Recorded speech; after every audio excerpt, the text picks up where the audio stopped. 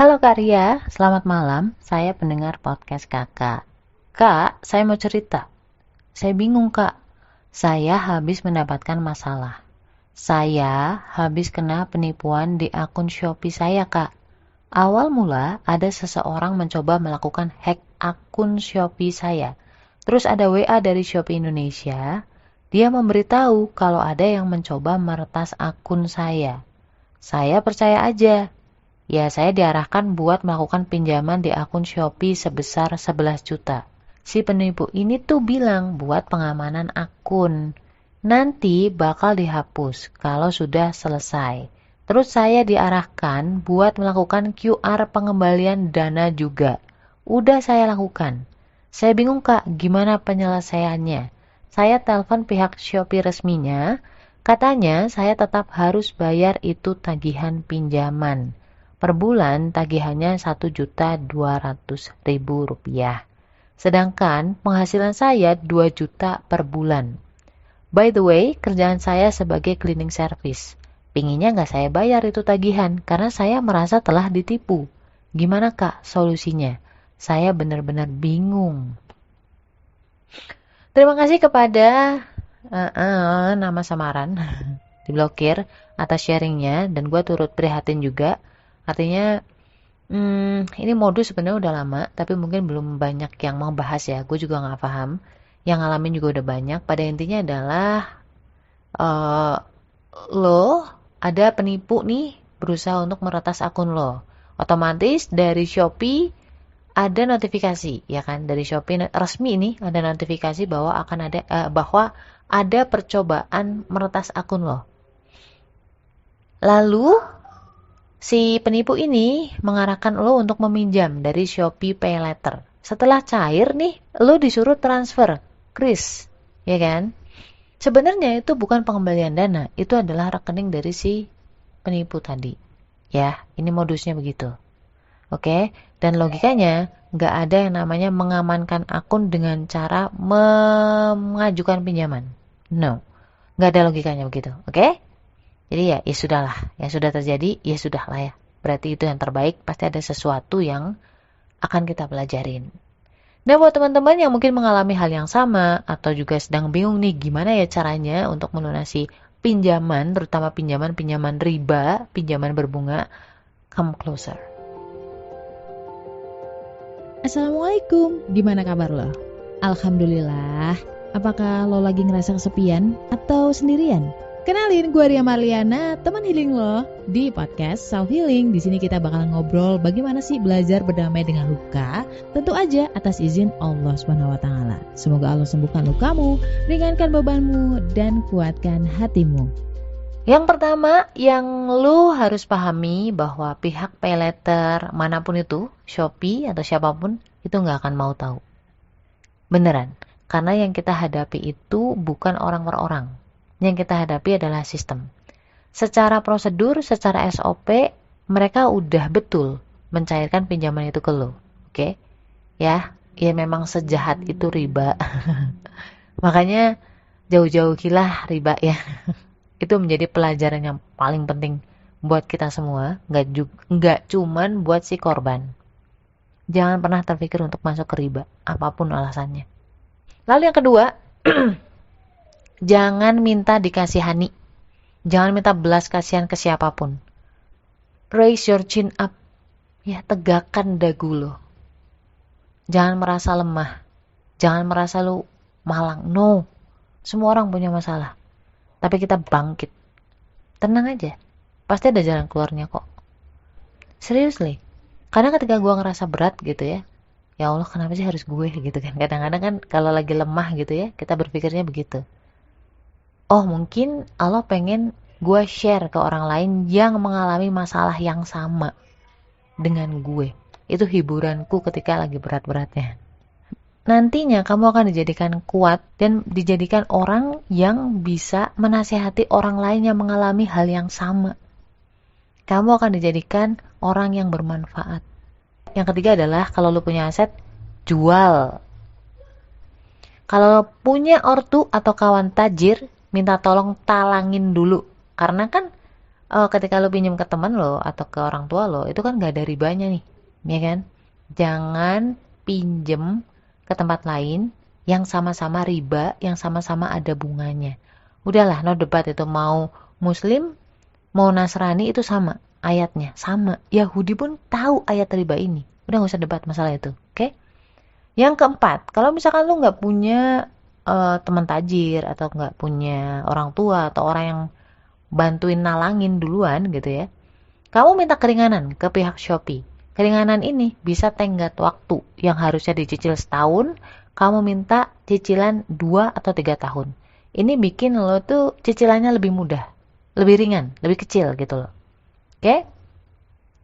Nah, lalu yang kelima, kalau misalkan nggak boleh atau nggak diizinin sama si Shopee, so jangan dibayar. Kenapa? Karena kamu dalam kondisi kekurangan. Gini loh, gaji lo 2 juta dan lo nyicil 1,2 juta, sisanya 800.000. Itu nggak sehat.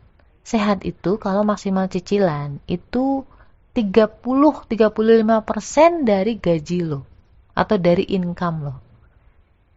Mbak, kok jangan dibayar? Kamu coba deh baca Al-Baqarah ayat 275 sampai 281, terutama di ayat 281. Intinya kalau orang yang berhutang itu ngalamin kesulitan dalam membayar cicilannya atau membayar hutangnya, itu disuruh dikasih tenggat waktu.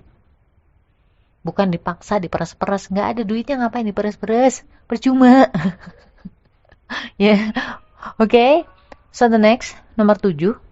Biarin nggak usah dibayar sampai lebih dari 120 hari sejak tanggal pencairan.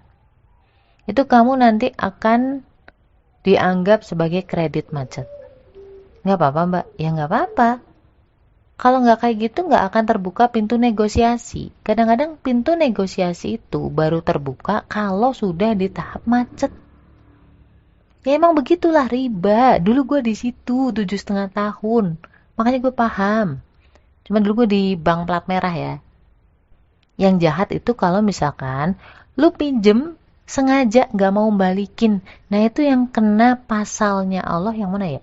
Yang aduh lupa. Intinya tuh arwahnya itu masih tergantung sebelum hutang itu dilunasin. Kalau misalkan lu udah punya niatan baik, nanti akan menyelesaikan masalah ini, itu insya Allah Allah maha memahami. Nggak masuk yang itu, bukan masuk yang arwahnya tergantung itu nggak. Nextnya, nomor 8, status lo pinjaman macet lebih dari 120 hari. Kamu tahanin dulu ya, kamu tahanin karena pasti perlakuan mereka akan sangat keras, bahkan mengancam. Tapi kamu harus terima, lu harus kuat-kuatin. Satu aja, hasbiyallah wa ni'mal wakil. Hasbunallah wa ni'mal wakil. Fokus aja ke penilaian Allah ke lo. Ya, ditahan-tahanin dia akan mempermalukan lo, bodoh amat gitu loh. Gue tahu itu gak mudah. Karena gue juga dulu di posisi itu. Tapi gue gak ada pilihan lain kecuali tutup telinga, tutup mata, udah Allah aja. Hasbunallah wa ni'mal wakil. Itu yang gue baca ketika lagi berat banget. Lagi takut banget, sedang merasa gak enak banget sama orang-orang yang ditagih teman-teman gue, saudara-saudara gue ibaratnya gitu ya. Lagi dikata-katain bla bla bla kayak gitu. Jangan terpancing untuk berkata kasar. Tetap bilang bahwa lu sedang berusaha menjual aset yang ada, ngumpulin uang untuk bayar pinjaman. Ya, tapi belum. Oke? Di saat lu udah macet, itu perlakuannya bakal hardcore banget. Ketika mereka masih sopan, ladenin, respon. Tapi begitu mereka udah mulai kasar, kamu blok, kamu screenshot. Jadi semua kronologi ini semuanya termasuk penipuan-penipuannya jangan sampai hilang. Jangan terpancing untuk membayar sebelum macet. Kenapa? Karena nanti hanya akan menutup bunganya doang. Hutang pokoknya malah nggak kebayar. Masih tetap segitu-segitu aja. No. Mending macet sekalian, terbuka pintu negosiasi, kamu minta. Saya bisa bayar untuk hutang pokoknya saja. Oke?